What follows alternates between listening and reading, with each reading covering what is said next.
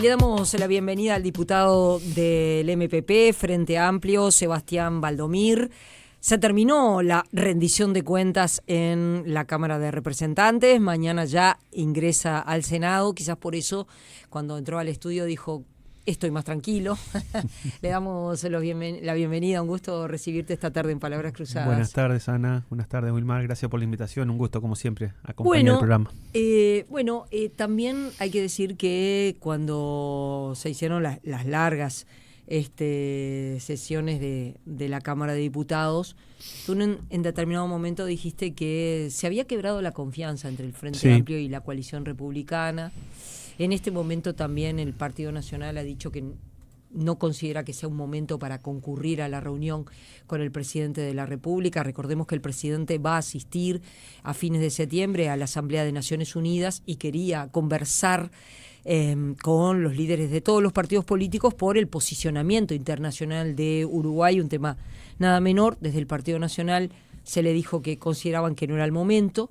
Salió el senador Javier García en las últimas horas y dijo que que la conferencia del Frente Amplio sobre el tema Cardama ponía en cuestión la buena relación, en la medida que el Frente Amplio relaciona a todo lo que ocurrió en Cardama con el expresidente Luis Lacalle Pou. Toda una situación de desconfianzas mutuas, se puede decir. Sí. Yo me refería a la pérdida de la confianza en el plano del funcionamiento de la Cámara de Diputados en el Parlamento, porque luego de lo que fue aquella conferencia de prensa del 9 de julio, donde la coalición anunció que no iba a votar la rendición de cuentas, como que ahí empezamos un ciclo diferente, ¿no? Y lo vimos en las últimas sesiones de votación de la rendición de cuentas, ¿no? Diputados colorados, diputados del Partido Nacional buscando el apoyo de algún legislador del Frente Amplio, del gobierno, para tratar de sacar adelante algún aditivo, algún sustitutivo, porque se había caído el acuerdo que tenían, se ve que de palabra, en algún momento con Cabildo Abierto. Y eso, hacerlo faltando, un día o algunas horas para terminar el plazo, habla de que se apresuraron con aquella conferencia de prensa, y ahora tendremos que aprender nuevamente para el año que viene, para la próxima rendición de cuentas y para próximos proyectos de ley complicados, a sentarnos a una mesa y a no pegar un portazo al segundo día, como fue lo que hicieron con esa conferencia de prensa ridícula, ¿no? Con memes y con selfies y con una senadora mandando callar a un periodista diciendo que le había que cerrarle el medio. Eso fue el inicio de la discusión. Y terminó, tratamos de terminar de la mejor manera. Para el gobierno fue una victoria haber sacado adelante la rendición de cuentas, y ahora nos tocará para futuras discusiones, tratar de alguna manera sentar en una mesa las posiciones de la coalición y las posiciones del Frente Amplio para ver si hay posibilidades de acordar en algunos temas. Hoy esa posibilidad está bastante trunca, ¿no? Uh-huh. Se apresuró de pronto, hablando de apresuramientos, el Frente Amplio cuando la conferencia de prensa menciona a Luis Lacalle Pou. Hay en curso una denuncia que hizo el gobierno, una denuncia penal. Hay un informe que hace el Frente Amplio después de la investigadora. Todavía los 4 informes no se han discutido en la Asamblea General, y el Frente Amplio en su conferencia de prensa involucra al expresidente Luis Lacalle Pou. Eso fue un golpe para el Partido Nacional y para la coalición republicana. Sí, no sé si se apresuró, Ana, pero una comisión investigadora en el Parlamento investiga responsabilidades políticas y no hace de poder judicial, ¿no? Así que aquellos que se emocionan demasiado pronto con que una comisión investigadora determina o puede ubicar algunas responsabilidades, lo hace en el plano de la política y no en el plano del área penal o del área de las responsabilidades civiles. Y ahí a lo que nosotros nos parece, o me parece a mí, mejor dicho, es que del lado de la coalición a ninguno se le ha escuchado preocupados con que lo que se encontró, con lo que se ubicó aquí, es un intento de estafar al Estado uruguayo, ¿no? Porque de repente no pasaba nada y las garantías no había que ejecutarlas, pero si pasaba algo en un negocio de 80 millones y pico de dólares por armamento e industria del armamento, que el Uruguay no es que salga a comprar todos los días, y había que ejecutar esas garantías no existían, ahí había un intento de estafar el Estado uruguayo que el gobierno de alguna manera cortó a tiempo. Y yo creo que la oposición lo que debería hacer, en primer lugar, es decir, bueno, esto realmente nos preocupa también, a partir de acá veremos quién es el responsable, pero estamos de acuerdo con defender los intereses del Estado uruguayo, cosa que aparentemente no pasa. Y lo que vemos en su lugar es, bueno, primero una denuncia penal que anuncian contra la ministra Lasso y contra 2 asesores del Frente Amplio que estuvieron en el Ministerio de Defensa, y aparte esa idea de que haber cancelado el contrato por algo tan banal como una garantía trucha no era tan importante. Entonces yo creo que ahí hay un problema de ubicar cuál es los intereses del Estado uruguayo que está protegiendo el gobierno. Y el Estado uruguayo está protegiéndose a sí mismo de no perder la plata, de recuperar esa plata que pagó, y de alguna manera también de recuperar el tiempo perdido, porque ahora hay que salir a buscar 2 buques para el objetivo que es que todos compartimos, de controlar el mar territorial, el tema del narcotráfico, el crimen organizado, los recursos naturales y todo eso, pero nadie nos quita de que hubo un intento de estafa al Uruguay. Y ahí debería encontrarnos a todos del mismo lado, defendiendo los intereses del Uruguay.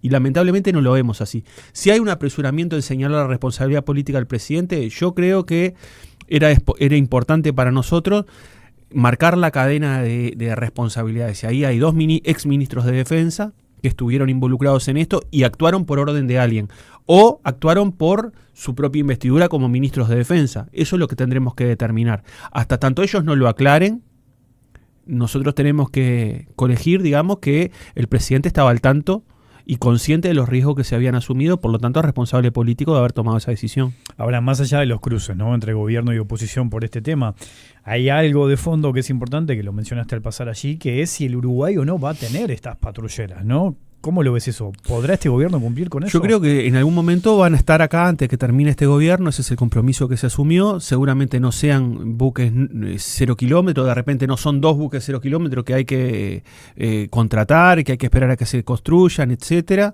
que hay que asignar.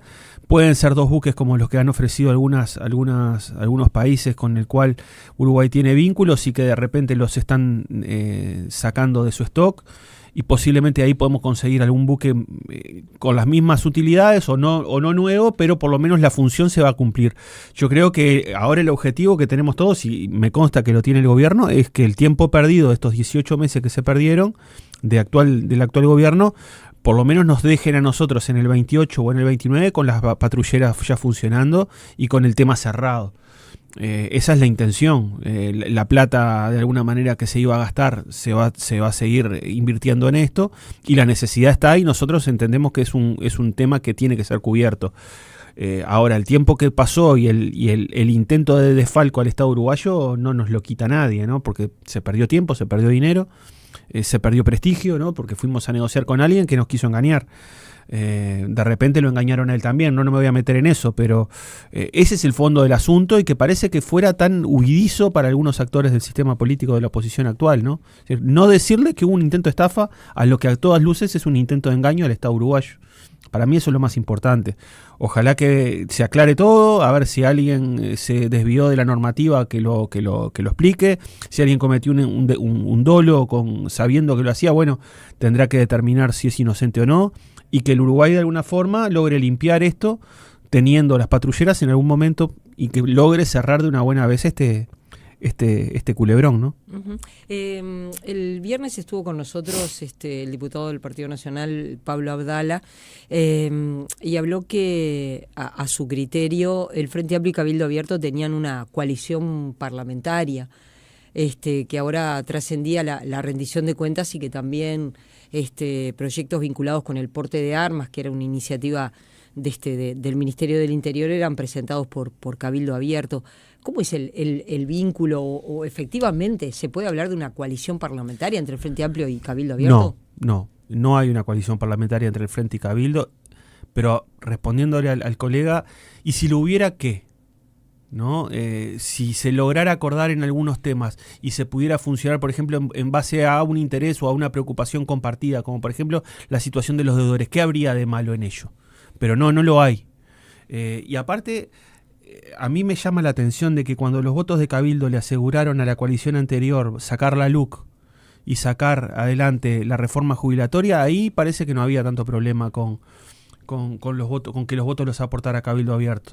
Pero no hay una coalición. Nosotros lo que negociamos es con los únicos que estuvieron dispuestos a sentarse a trabajar con nosotros.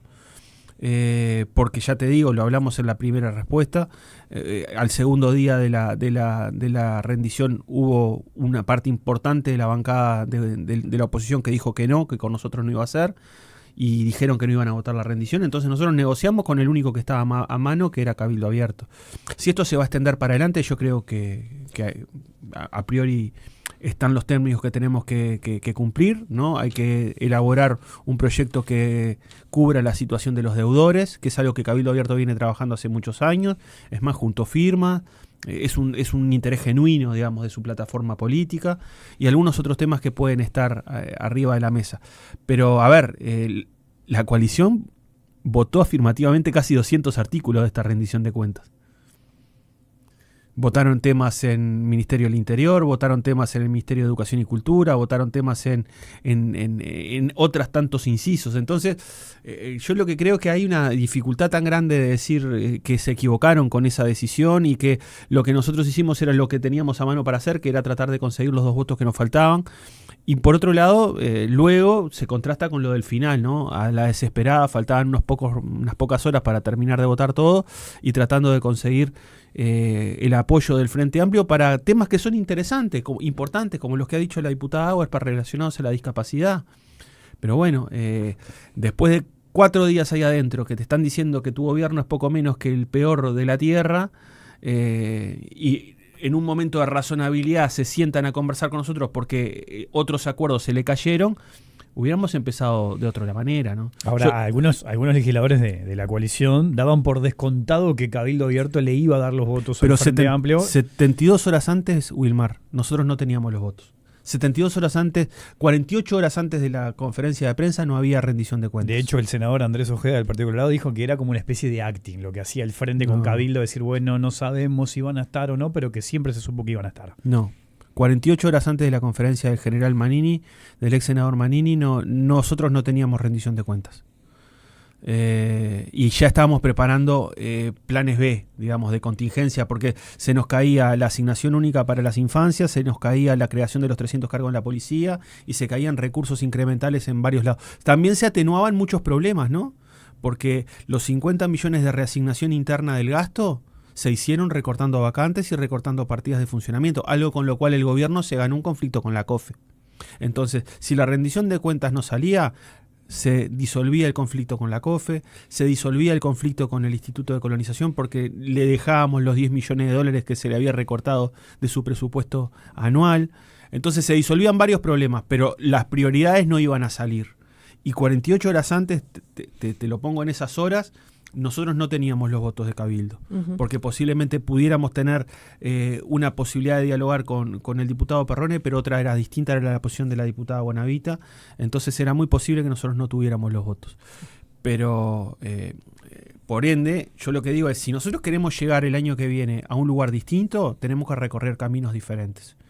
Y eso implica que Partido Colorado, Partido Nacional y Frente Amplio se pueden sentar en un conjunto de temas, sea la discapacidad, bueno, puede ser, sean las políticas educativas, bien, perfecto. ¿Y qué va a pasar? Sentémonos a pensar de que no le podés pegar un portazo al segundo día para evitar todo lo que viene luego, que es que todos los diputados conocemos, que es el trabajo de una rendición de cuentas, que es acordar cosas, escribir aditivos, artículos aditivos o sustitutivos en conjunto, firmarlos en conjunto y votarlos.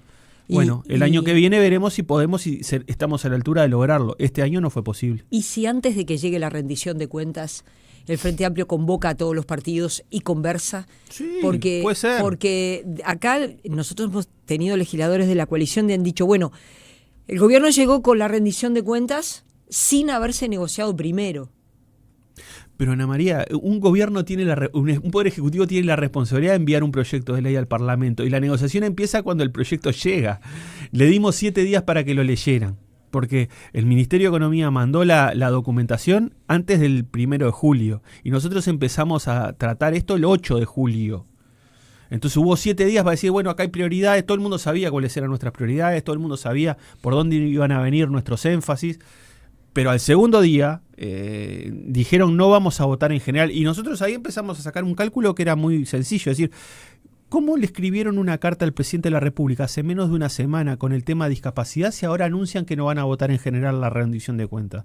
Hay cosas que son inconsistentes porque le pedían que en la rendición de cuentas se aprobaran recursos para las políticas de discapacidad. Entonces realmente jugaron con la idea de que Cabildo Abierto iba a dar los votos y yo sinceramente tengo que decirlo que eso no estuvo en ningún momento acordado ni actuado de antes. 48 horas antes de esa conferencia de prensa no había voluntad y fue una respuesta que le hizo el Poder Ejecutivo al planteo de Manini que destrabó todo. Ahora, los hechos y los antecedentes muestran de que Cabildo está siendo un socio fiel del gobierno, sí, ¿no? Sí, por ahora sí. Sacamos el presupuesto adelante, sacamos en otras cosas van a votar en contra. Han votado en contra en otros temas. Y genuinamente, cuando no tenemos esos votos, las cosas o no salen con otros apoyos. ¿Qué va a ser de acá para adelante? Yo no sé si estos dos puntos en la línea que marcan que Cabildo y el Frente Amplio han sacado presupuesto y rendición de cuentas con votos conjuntos adelante, no sé si se mantendrá. No hay que hacer futurología. Yo creo que hay que llegar a caminos diferentes porque los partidos fundacionales tienen una responsabilidad mayor que el resto. Estamos conversando con el diputado Sebastián Valdomir. Hacemos una pequeña pausa y ya seguimos. Estamos conversando esta tarde con el diputado del MPP, del Frente Amplio, Sebastián Valdomir.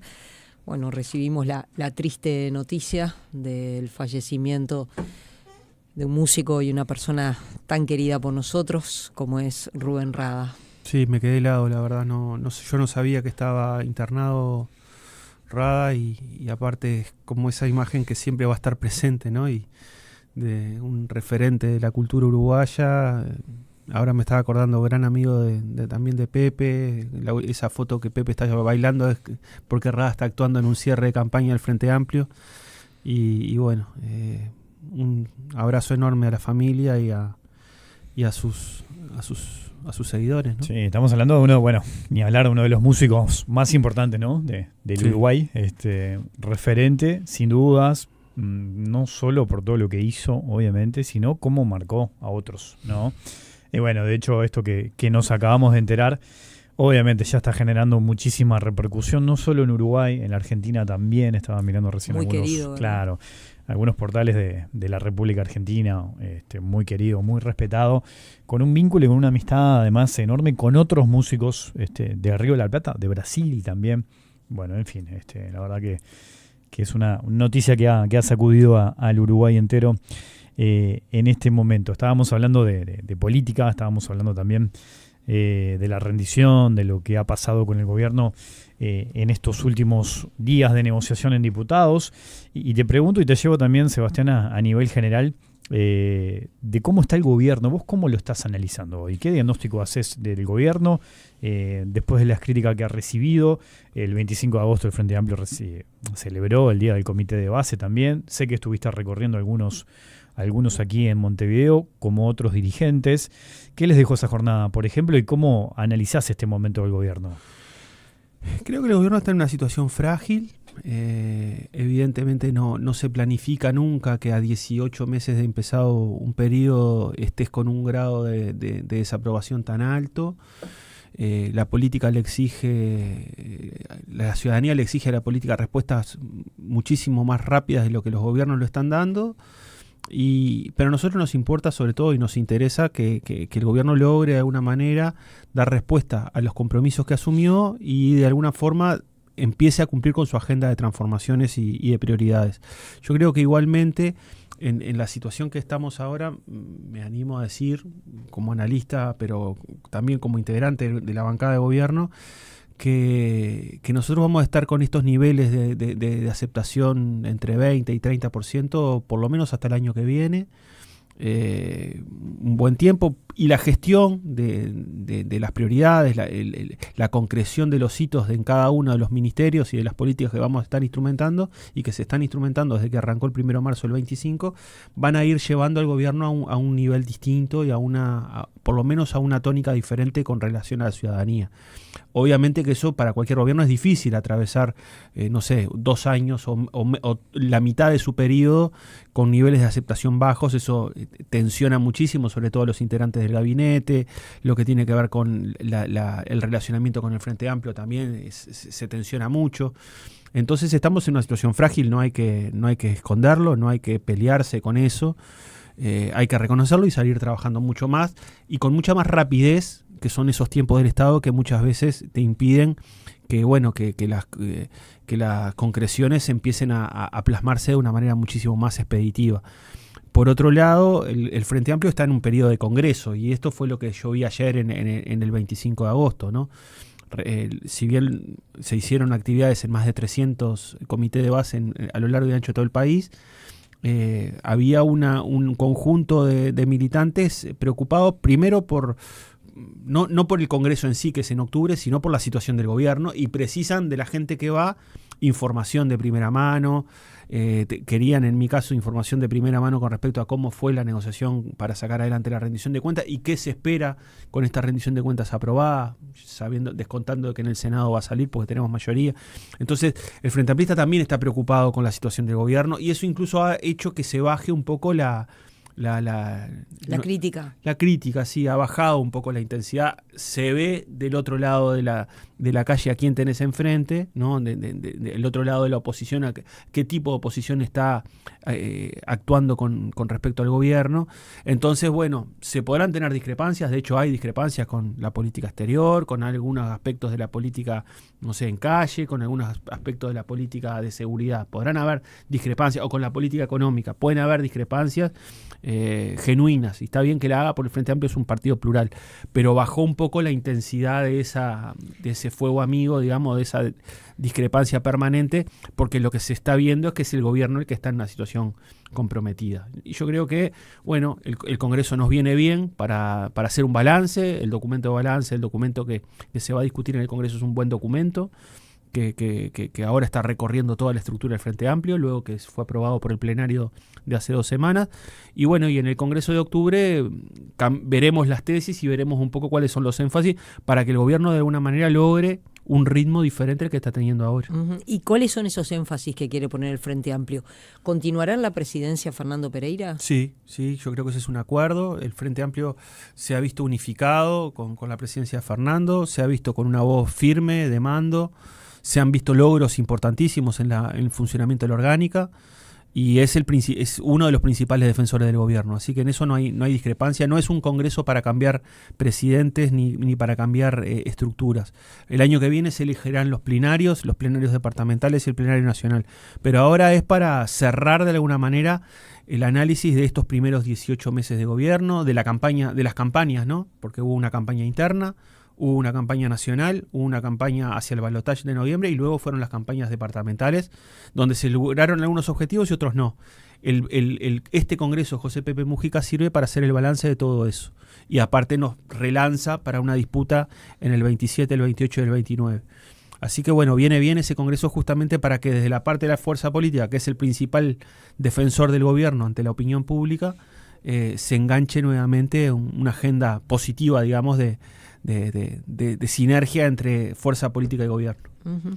Quizás es por parte de aquel casco más duro de la militancia, pero se puede pensar que realmente hay más críticas a la política exterior que a la propia política económica, ¿no? Digo decir, o a otras políticas de un gobierno.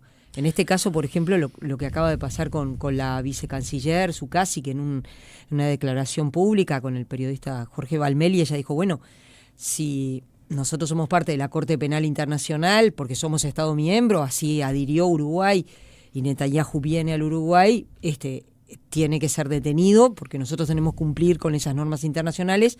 Cuando se le pregunta al presidente, dijo, bueno, eso es una utopía, hay que ver la conveniencia o no, digo, decir, hay un ruido dentro del propio gobierno. Es cierto que el tema política exterior es uno de los temas que más problemas nos da en la fuerza política en la relación con el gobierno. Ahora, no toda la política exterior pasa por el posicionamiento con respecto al conflicto y al genocidio en Gaza.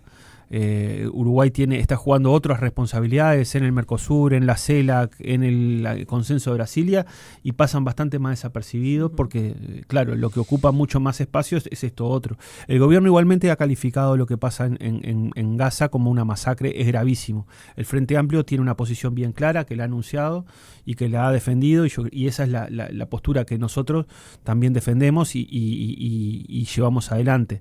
Ahora, lo que sí me parece también, por ejemplo, pueden haber otras dificultades, por ejemplo, en política económica, porque nosotros tenemos esa discusión con el movimiento sindical con respecto al tema jubilatorio, con respecto al tema impositivo y tributario. Hay discusiones que, si bien no están en los titulares de todas las semanas, también son parte de una discusión y parte de un intercambio que yo creo que es genuino entre el gobierno y las fuerzas sociales que conforman parte de nuestro bloque, ¿no? Ahora, tampoco hay que ser tremendista. Estuvimos conversando un poco esto de la subsecretaria del Ministerio de Relaciones Exteriores. Yo no lo sobredimensionaría. Pero bueno, sí es cierto que es un dato, que el tema política exterior es uno de los que más dificultades nos ha generado. ¿Qué quiere decir que no lo sobredimensionaría? Lo que te decía, Ana María, es yo creo que hoy, por ejemplo, no hay un solo conflicto en Medio Oriente. Está todo lo que pasa también con Irán, todo lo que pasa en el frente en Siria, todo lo que pasa con nuestras fuerzas de paz desplegadas en zonas muy próximas a esa zona de conflicto. O sea, es Gaza, pero es toda esa zona que está redefiniendo todo el negocio multimillonario que mueve el petróleo, y eso nos afecta a nosotros también. O sea, yo creo que la geopolítica se está redefiniendo de una manera muy acelerada. Y no es que, lo que digo, no sobredimensionaría que solamente es que el gobierno uruguayo no cataloga lo que pasa en la Franja de Gaza como genocidio. Es mucho más profundo que eso. También hay que cuestionar otras cosas que yo quisiera ver al gobierno también analizando y posicionándose. Por ejemplo, con el ataque sistemático al derecho internacional, con el ataque sistemático, por ejemplo, a los acuerdos en materia de comercio o en materia de solución pacífica de los conflictos. Vos hoy mencionabas la Corte Penal. Lo que dijo la subsecretaria Zuccasi es de sentido común. Si vos no vas a cumplir los mandatos que te obliga a ser signatario del Estatuto de Roma, tenés que salirte de eso. Legítimamente hay países que no forman parte de la Corte Penal, nosotros sí, y si nosotros formamos parte de eso, tenemos que honrar el compromiso de ser parte de un acuerdo del cual lo firmamos y es ley en el Uruguay. Entonces lo que dice la subsecretaria es de sentido común. Yo lo que no creo es que nunca Netanyahu va a venir a Uruguay. Entonces me parece que bueno, puede ser una discusión hasta hipotética que nos podríamos ahorrar, pero si viniera o si viniera otro líder político que tiene orden de captura, y bueno, y seguramente nos veríamos en ese brete y en esa discusión, porque somos signatarios del estatuto, ¿no? Diputado Sebastián Valdomir, muchas gracias por tu participación esta tarde en Palabras Cruzadas. Gracias a ustedes, como siempre, un gusto y bueno, una triste noticia que nos sorprendió en el medio, pero gracias por la invitación. Gracias.